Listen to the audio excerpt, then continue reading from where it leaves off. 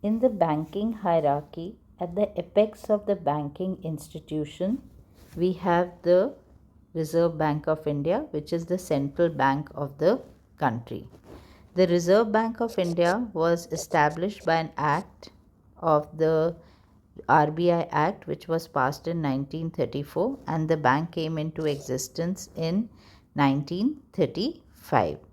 The banking structure in India is such that at the head of the banking institution, like any other country, there is a central bank, and this central bank is the RBI. Under the RBI are several commercial banks. These commercial banks can be public sector banks like the State Bank of India and Punjab National Bank, or they can be private sector banks like the HDFC, like ICICI. We will just glance through the functions which commercial banks perform. It is basically we as public are dealing with commercial banks. So commercial banks have primary functions to perform, commercial banks have secondary functions to perform, and they have some other functions which are related to the banking system. So functions of commercial bank include accepting deposits, giving us loans, making investment.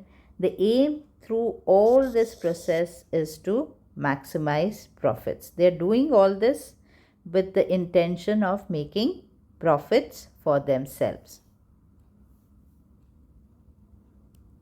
One of the most important functions of commercial banks or the banking system is creation of credit and money creation.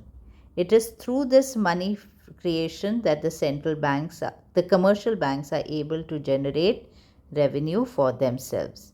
And in this process of money creation, commercial banks are able to create credit which is much more than the deposits which the public has made. It's basically trying to tell, if I go and make a deposit of 100 rupees, commercial bank will be able to create a credit of 500 rupees. This is just an example. Basically the point is that with a primary deposit, the commercial banks are able to multiply this deposit by various measures. The main method is by giving loans. To understand this system of credit creation or money creation, certain assumptions have to be made.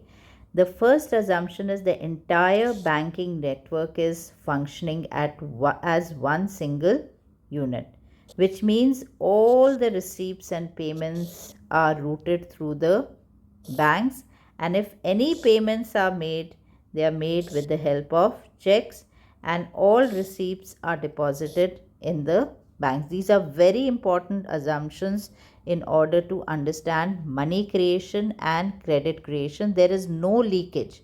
Anything which is happening, whether it is receipts or it is payment, it is happening to the banking system, and the entire banking unit is treated as one single unit for this money creation or credit creation to be understood. Also, it needs to be understood that the money which the commercial banks receive as loans or as deposits, all that money cannot be given as loans. If that happens, it will become a big problem. If all the customers go to the bank to withdraw money, the bank will not have money to give it to its customers. So it has to be understood that banks cannot use the whole of the deposits for lending. Only a part of the deposit. Suppose I have deposited 1000 rupees, another person has deposited 2000 rupees. Only a part of these deposits will be used for lending purposes. The remaining part will remain as reserve with the bank. So what is the term used to define this reserve, and who tells us how much reserves have to be kept? This term is known as legal reserve ratio or cash reserve ratio. Defining legal reserve ratio and cash reserve ratio, it is the fraction of deposits, fraction of this deposits which has to be kept by the commercial banks as reserves, so that any customer comes to withdraw his deposits, the commercial bank can readily give the money to the customer. Now, who fixes this LRR and CRR? The legal reserve ratio and cash reserve ratio is fixed by the central government. In our case, it is the Reserve Bank of India, and all banks have to compulsorily comply with this legal reserve ratio which the Reserve Bank of the country fixes. So, what is LRR? Certain fraction of the deposits which have to be kept as reserves by all commercial banks, as it is decided by the RBI, and it is mandatory for all commercial banks to follow. So let us understand why only a fraction of deposits is kept as reserves. Maybe the LRR has been defined as 20% or 10%, whatever the case may be. The reason why only the fraction of deposits is kept as reserve, because banks assume that all depositors will not come to the bank to withdraw the money. So that's why only a fraction of it is kept. Rest of it the bank uses for giving it out as loans. And the second reason why only a fraction of deposits is kept is because banks assume that every day there will be new deposits which will be coming to the bank. So all this activity, as we made an assumption, banks are treated as one unit, and in this one unit, the second assumption which we made was that all the transactions, whether receipts or whether payments, are being routed through the banks only. This assumption is very important to be kept in mind to understand the money creation or credit creation. The next term which needs to be understood is money multiplier. And money multiplier is by how many times the deposit which you have done with a bank would multiply or increase. And the way in which we calculate money multiplier is equal to 1 by LRR, 1 upon legal reserve ratio. It helps us to find out by how many times the total deposits are going to increase. So, if we see the formula of money multiplier is equal to 1 upon LRR, which means money multiplier and legal reserve ratio are inversely related. If legal reserve ratio is high, money multiplier will be low. If legal reserve ratio is low, the value of money multiplier will be high. So now if we assume that legal reserve ratio is 20%, and if we are asked to calculate the value of money multiplier, it is 5. So what does this 5 tell us? This 5 tells us that for every unit of money which is kept as reserves with the banks, they are able to create 5 units of money. For every 1 unit, the money will multiply by 5 times. So the facts regarding a money multiplier is that the value of money multiplier is a function of LRR. This formula itself tells us money multiplier is equal to 1 by LRR.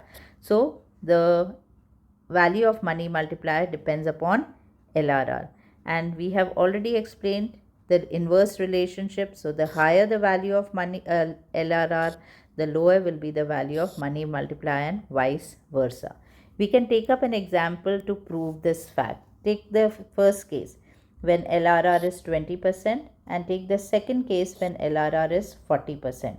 When LRR is 20%, using the formula money multiplier is equal to 1 upon LRR, we find that the value of money multiplier is 5. When LRR is 40%, using the formula that money multiplier is equal to 1 by LRR, the value of money multiplier is equal to 2.5.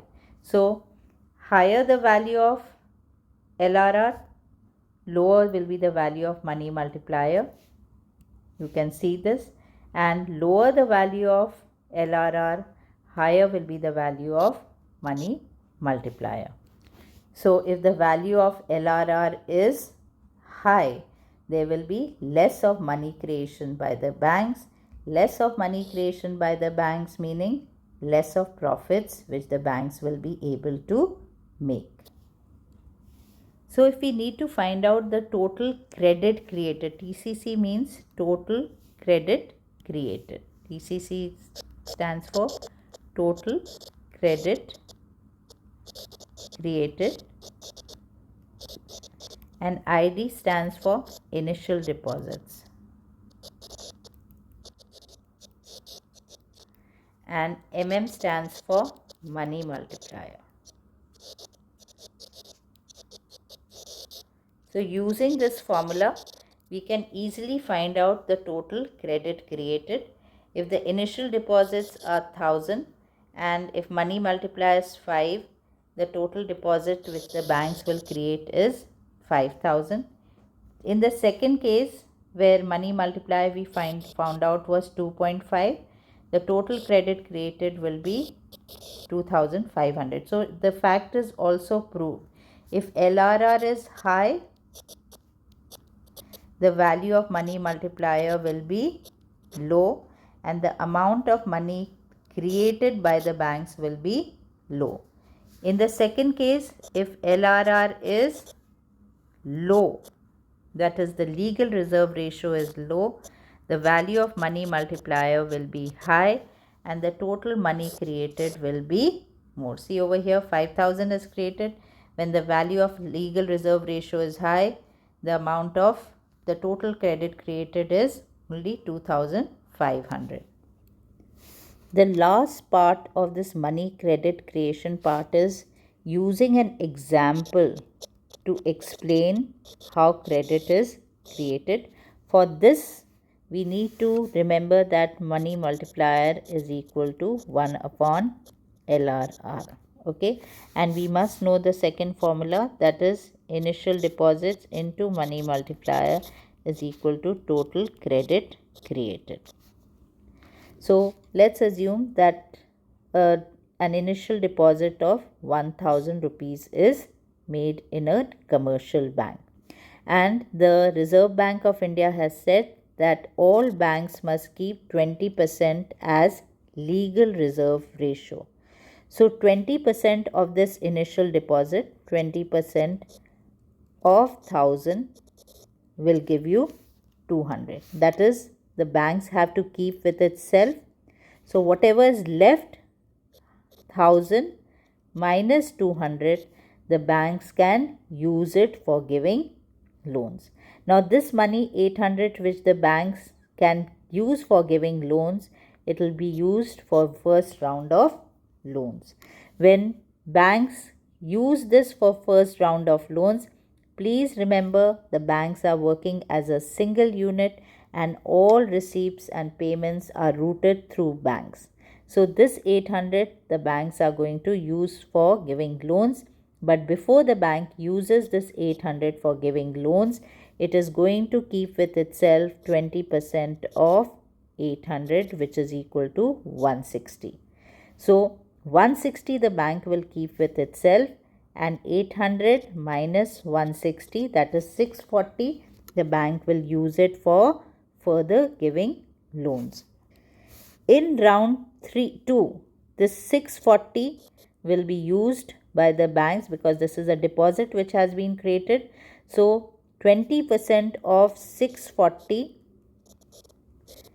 will be kept as the deposits with the bank, and the remaining 640 minus 128 will be used for giving loans to people. Now this process will continue.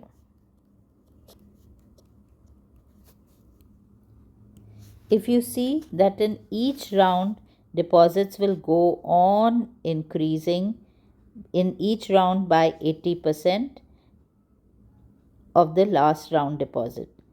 At the same time, cash reserves are also increasing each time by 80% of the last cash reserve done. So deposit creation, when will it come to an end? Deposit creation will come to an end when the total cash reserves become equal to the initial deposits. So in the exam, are we going to go ahead and keep calculating all this? No. You have been given the formula total credit creation is equal to initial deposits multiplied by money multiplier. So to get this value, first I need to find out the value of money multiplier, and I have been given money multiplier is equal to 1 upon LRR, and LRR here is 20%. So 20 mm is equal to 1 upon 20%, which is equal to 5.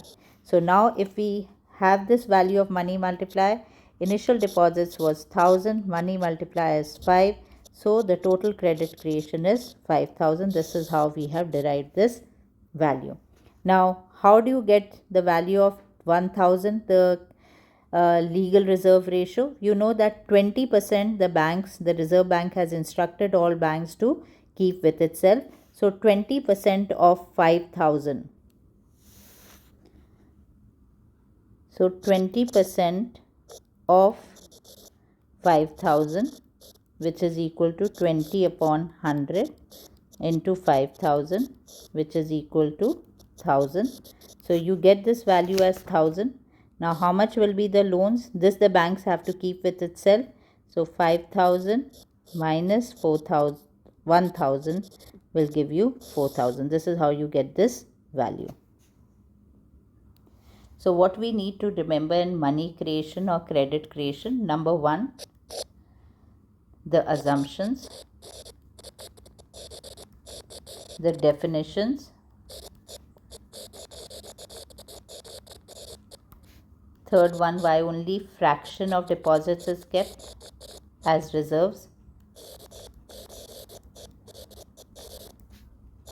An example to explain